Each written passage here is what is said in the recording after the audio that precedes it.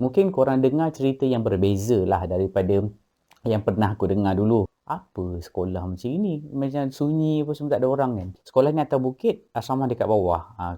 Berlakunya kejadian tu dalam pukul 2 lebih pagi lah macam tu. Tiba-tiba kita orang dengar satu jeritan perempuan yang sangat kuat.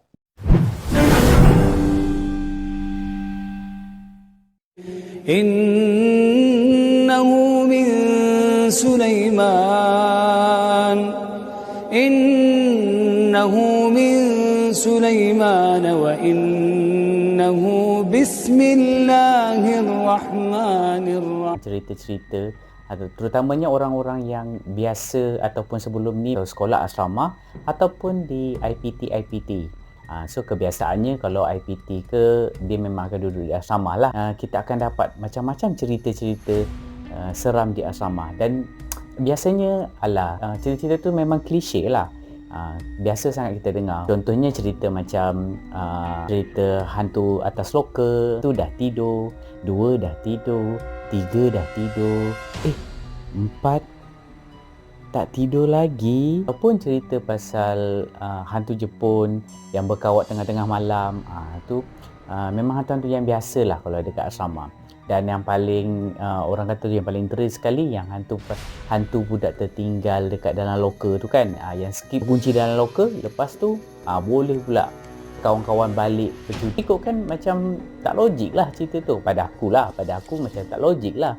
Sebab cuba kau bayangkan macam mana engkau boleh masuk dalam loka. Aku ni pernah lah juga duduk dekat asrama, tetapi kalau kita fikirkan secara logiknya, bila kita menyemuk dalam loka, biasanya kita yang kuncikan diri kita sendiri dalam loka ataupun kita tutup kan. So macam mana kita boleh kunci diri kita dekat dalam loka sedangkan kita yang masuk sendiri, melainkan orang lain yang kunci. Mungkin korang dengar cerita yang berbeza daripada yang pernah aku dengar dulu. Mungkin boleh menyebabkan budak tu mati kat dalam loka tu, tapi apa yang aku dengar tu macam tak logik lah. So macam aku tak boleh terima. Tapi kali ni aku nak ceritakan pengalaman mistik yang berlaku semasa aku bersekolah di sekolah berasrama dulu. Okey. Nak dijadikan cerita, aku suka kan cerita, asal nak dijadikan cerita ni. Aku dulu sekolah di Sekolah Menengah Sains Kota Tinggi ataupun dikenali sebagai Sakti. Memang sekarang ni memang nama tengah orang kata menjulang-julang lah.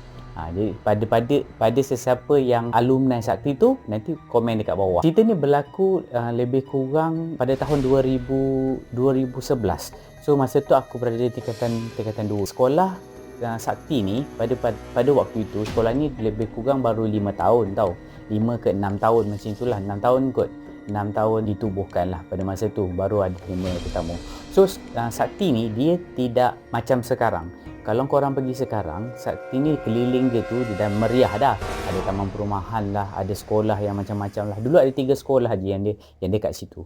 Sakti, Sekolah Sukan Bandar Penawar, lepas tu sekolah agama, ada satu lagi Sekolah Menengah Bandar Penawar. So ada 4 sekolah saja dekat kawasan situ dan memang terasing lah daripada tempat lain. Kalau nak pergi pekan dia pun lebih kurang 10 minit lah kalau naik kereta daripada sekolah sampai ke pekan. Jadi memang jauh. Orang kata tu tempat jin bertendang lah. Kali pertama aku sampai, aku rasa macam apa sekolah macam ini, macam sunyi apa semua tak ada orang kan. Ketika tu aku tingkatan 2. Ada 2 orang cikgu praktikal perempuan yang datang mengajar, yang buat praktikal ketika itu. Salah seorang ni cikgu akulah, cikgu bahasa Melayu. Seorang lagi aku tak ingat dia cikgu apa. Tapi yang cikgu yang seorang lagi tu, yang bukan cikgu yang mengajar aku tu. Okey. Cikgu ni memang dua-dua cantik. Cikgu yang ngajar aku guru bahasa Melayu. Sakti ni dia sekolah dengan asrama dia jauh tau. Sekolah ni dia berada di kompleks sekolah di atas bukit. Nak turun ke asrama pula di bawah. Dia macam sekolah ni atas bukit, asrama dekat bawah. Dikatakan asrama tu dulu adalah kawasan paya yang ditambak. Jadi kemudian dibuat bangunan dekat situ. Daripada sekolah nak pergi ke asrama kena lalu satu macam hutan kecil. Ada susu gajah untuk turun ke bawah. Kira kalau korang pergi malam, memang kalau korang balik lambat tu memang scary lah kawasan tu. Okey. So satu malam tu masa berlakunya kejadian tu, dalam pukul 2 lebih pagi lah macam tu. Kita orang dah start tidur tau. Biasanya sebelum tidur kita orang akan berkumpul ramai-ramai baca surah Al-Mulk. Memang satu asrama memang macam tu. Baik Aspura, baik Aspuri, kita orang ada sesi bacaan Al-Mulk. Jadi kita orang pun baca surah Al-Mulk macam biasa. Lebih pun jam 2:30 pagi macam tu, tiba-tiba kita orang dengar satu jeritan perempuan yang sangat kuat daripada Aspuri yang menyebabkan kami boleh terjaga tau. Kau bayangkan betapa kuatnya jeritan tu sampai kita orang boleh terjaga. Tapi kita orang tak tahu apa yang berlaku. Tapi dekat Aspuri dah kecoh lah masa tu. Mula masa kami terjaga tu seorang je menjerit kan. Lepas tu berjangkit 2-3 orang macam itulah kita orang dengar macam tu. Tapi sebab kita orang bukannya boleh nak pergi sana pun. Jadinya kita orang dengar je lah. Jadi warden pada ketika itu diarahkan supaya semua light off dan juga kita orang tidur. Jadi sebenarnya kita orang tak tahulah apa yang berlaku kat sana. Tetapi kat bawah ni dah kelangkap. Bilik aku ataupun katil aku pada masa tu berada lebih dekat dengan tingkap. Jadi aku ni lepas terjaga, aku ni masalah aku, bila aku dah terjaga, aku tak boleh tidur balik. Jadi aku nampak cikgu-cikgu ni semua berkelang kabut pergi ke Aspuri masa tu. Okey, dengarlah dia orang bising-bising apa semua kat sana kan. Lama juga weh, dekat rasanya dekat dalam 20-40 minit macam tu lah. Tiba-tiba aku nampak ada seorang perempuan ni berlari daripada Aspuri tu dengan tak pakai tudung apa semua, berlari naik pergi ke sekolah tau. Di sekolah ni dia ada 2 jalan. Satu jalan yang kita naik susul gajah yang aku cerita tadi. Satu lagi jalan raya kereta biasalah kan. Dia lari ikut jalan raya tu. Lepas tu ada seorang cikgu ni ikut follow daripada belakang. Aku dah pelik lah. Kenapa pula cikgu ni berlari? Masa tu dah seram lah weh. Memang tak fikir apa dah masa tu kan. Nak tidur balik pun tapi tak tahulah macam mana. Lama aku tertidur sampai pagi. So esoknya kita orang kecoh tau cerita pasal cikgu tu. Dan nak dijadikan cerita, cikgu praktikal yang mengajar bahasa Melayu tu, hari tu ada subjek bahasa Melayu di kelas aku. Jadi hari tu kita orang tak belajar bahasa Melayu. Kita orang tak belajar pada hari tersebut. Jadinya sebab yelah bila dah jadi kelang kabut dekat Aspuri tu kan. Jadi cikgu yang mengajar aku tu tak boleh tidur. Susahlah nak mengajar kan, badan dah letih kan. Jadi tapi dia masuk juga kelas. So kita orang pun tanya apa yang berlaku pada malam kejadian tu, pada awal pagi tu. So dia cakap cerita tu lebih kurang macam ni. Mula-mula awal dalam pukul 12 lebih macam tu, cikgu tu dah start meracau tau. Aku namakan cikgu bahasa Melayu aku tu Cikgu Syidah. Yang kena rasuk tu Cikgu Ain Cikgu Syidah, Cikgu Ain. Okey. Cikgu Ain ni mula-mula dia dah start meracau tau dalam pukul 12 lebih macam tu, dah light off lah masa tu kan. Cikgu Syidah ni dia dah macam seram lah. Kenapa cikgu ni macam ni kan. Lepas tu tiba-tiba dalam pukul 2 macam tu dia dah start jerit-jerit. Dan climax dia adalah masa yang kita orang terbangun tu. Dia jerit tu. Lepas tu dia biasalah kalau kat perempuan ni dia akan berjangkit seorang-seorang kan. Dia jadi tapi masa tu taklah teruk sangat berjangkitnya. Mungkin dalam 4-5 orang je macam itulah yang tu kan. Lepas tu masa dia dah kelang kabut menjerit tu, seorang cikgu datang untuk tenangkan cikgu tu. Lepas tu masa dia nak tenangkan tu, yang kelakarnya benda yang masuk cikgu tu siap boleh bersilat weh. Memang inilah, memang aku rasa lah jin yang merasuk dia tu memang pendekar lah kan. Memang bersilat. Kena pula tu cikgu yang tolong tenangkan tu, dia memang guru silat dekat sekolah aku. So tak ada masalah lah. Dia bersilat. Lepas tu duduk rehat kan, mula penat. Yelah dia rasa orang kan, bukannya dia yang bersilat je, orang tu pun kan. Jadi dia penat kan. Lepas tu sambung lagi bersilat. Dengar macam tak logik tapi benda tu berlaku. So lepas dia macam dah beberapa kali dia berhenti bersilat tu yang dia lari naik atas sampai kat guard. Lepas tu guard tahan, guard pegang apa semua. Lepas tu cikgu bawa turun balik ke bilik dia. Okey. Bila dia dah balik, berlaku soal jawab lah masa tu antara cikgu tu dan juga cikgu Ain tu dan juga cikgu yang bersilat tu juga. So pada masa yang sama, sekolah panggil ustaz datang tolong tengok cikgu tu. Cikgu ni pun mungkin aku rasa dia pandai jugalah pasal benda-benda macam ni kan. Dia katakan masa tu antara perbualan dia, rupa-rupanya dia dah lama syok kepada Cikgu Aini. Sejak Cikgu Ain tu sampai sekolah lagi. So dia kira macam cinta pandang pertama lah. Macam kelakar apa. Aku rasa cinta pandang pertama jin dengan mata kan. Tapi itulah hakikat dia, hakikat sebenar dia. Jadinya bila dia dah syok ni, kita malam tu adalah malam climax lah. Dia memang nak bawa lari lah cikgu tu kan. Aku cakap dia lari kan, pergi ke guard kan, pergi ke sekolah kan, nak keluar sekolah kan. So dia nak bawa lari cikgu tu. Jadi dia kata, kenapa kau ni? Dia kata, aku suka dia ni daripada mula aku jumpa dia.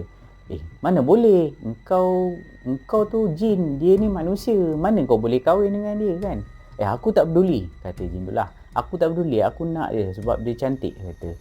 Tak kira lah dia cantik ke apa, engkau bukan boleh kahwin dengan dia. Engkau jin dah banyak kali lah dia cakap kan, kau jin, dia manusia, tak boleh, kata. Tu yang dia last bila ustaz datang buatkan cikgu tu, dan akhirnya jin tu keluar dan cikgu tu tak berapa sihat lah 2-3 hari kan. Dia tak mengajar lah, scary jugalah malam tu. Tapi aku tak pelik sebab sepanjang aku belajar dekat sekolah tu, dekat Sakti tu, memang selalu siri-siri benda-benda macam ni berlaku. Histeria ni biasa. Kalau korang dengar sebelum ada mass hysteria apa semua kat sekolah asrama kan, benda tu berlaku di sekolah aku. Tapi mungkin sebab masa tu social media ni tak macam sekarang, jadi tak banyak lah orang menggembar-gemburkan cerita pasal mass hysteria ni. Cerita kedua berlaku, ini diceritakan sendiri oleh cikgu EST. Masa tu kami ada subjek dia panggil EST, English for Science and Technology. So cerita ni daripada cikgu Linda. Okey, Cikgu Linda ni dia dulu dia mengajar aku EST lah. Memang cikgunya cantik, baik, comel dia cikgu ni. Orang ni memang biasa tau. Bila sekolah asrama penuh ni ataupun asrama ni balik-balik lewat ni pukul 1, pukul 2 tu memang biasalah. Sebab kadang-kadang kita orang punya aktiviti apa semua. Macam aku pun kadang balik lewat. Utamanya yang training. Sebab kita orang hanya boleh training lepas waktu pre hours, which is lepas pukul 10.30. Paling awal pun pukul 10 lah. Pukul 10 tu start training kan. Jadi kita orang akan balik pukul 1, pukul 2 pagi macam ni kan. So cikgu ni dia handle, ada satu projek lah dengan budak-budak dekat lab komputer. So lebih kurang masa tu dalam pukul 2 pagi. Jadi kerja tak siap lagi lah, tapi budak-budak ni masih belum nak balik lagi.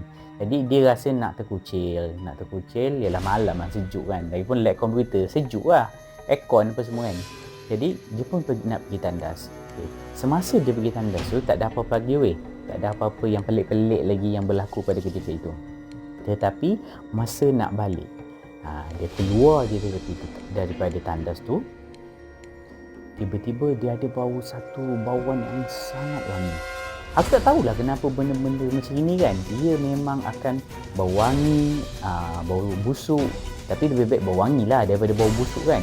Kalau bau wangi tu kita, walaupun kita seram, tapi sekurang-kurangnya okey lah sikit bau wangi ni. So bau tu mengikut dia daripada tandas sampailah dia kena lalu bilik guru tau. Sebab tandas tu di sebelah bilik guru. Dia kena lalu bilik guru. So bau tu kekal sampai ya, macam mengikut dia lah sampai kat bilik guru tu. So bila dekat bilik guru tu, tiba-tiba printer di kawasan cikgu lelaki hidup sendiri. Kau seram tak seram? Tengah-tengah malam, tengah-tengah pagi buta, printer boleh hidup sendiri. Hidup weh. Keluar kertas. Kau rasa siapa yang nak buat projek malam-malam pula nak print kertas macam tu kan? Memang kena pula tu cikgu perempuan waktu kan. Memang pecut lah dia pergi ke lab tu tadi.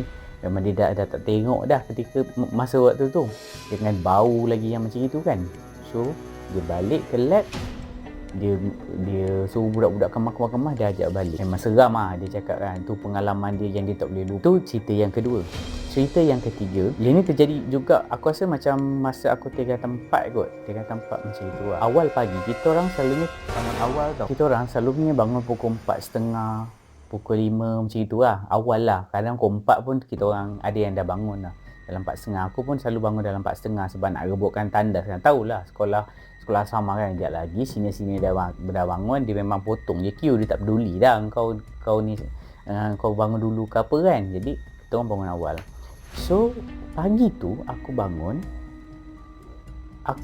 4:30 tu start bunyi anjing melolong. Anjing ni dia melolong tidak berhenti-henti, dia menyahut-nyahut. Sana bunyi, lepas tu habis sana bunyi. Kau bayangkan dia menyahut-nyahut daripada jam 4:30 pagi tau. So kita orang dah pelik lah masa tu. Bila dah bangun tu, sebab kita orang junior ni, biasanya dorm junior ni bangun awal. Kita orang macam kenapa lah, semua tanya-tanya kenapa kan. Dan dia bersahut-sahutan tu sampailah bunyi azan subuh. Masa tu azan subuh jam 5.30 macam tu lah, 5.30, 5.35 macam tu.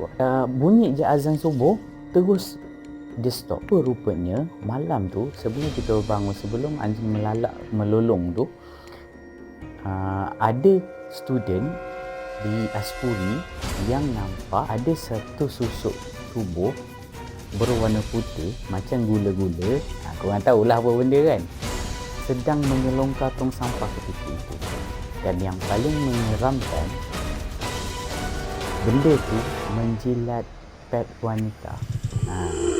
Sebab tu memang kita orang sentiasa diingatkan, bukanlah aku perempuan lah, tapi cikgu cerita dekat kelas, so kena cuci dulu benda ala tu sebab bau buang apa semua kan. Ini ada setengah-setengah yang nakal ni, dia memang gulung-gulung dia campak je kan, so benda kotor tu ada lagi. Patutlah malam tu anjing melolong macam itu. So macam kita orang, okey, patutlah benda tu jadi macam tu. Tapi yang nampak tu memang lepas tu demam lah. Gila kau, dia nampak dia seorang kot dekat jalan pergi apa, daripada tandas kan, seorang-seorang. Boleh pula nampak benda macam tu kan, siapa tak seram. Okey, itu antara yang memang betul-betul jadi. Tiga kejadian yang berlaku lah kat sekolah tu lah, yang memang real, bukan cerita yang disampai.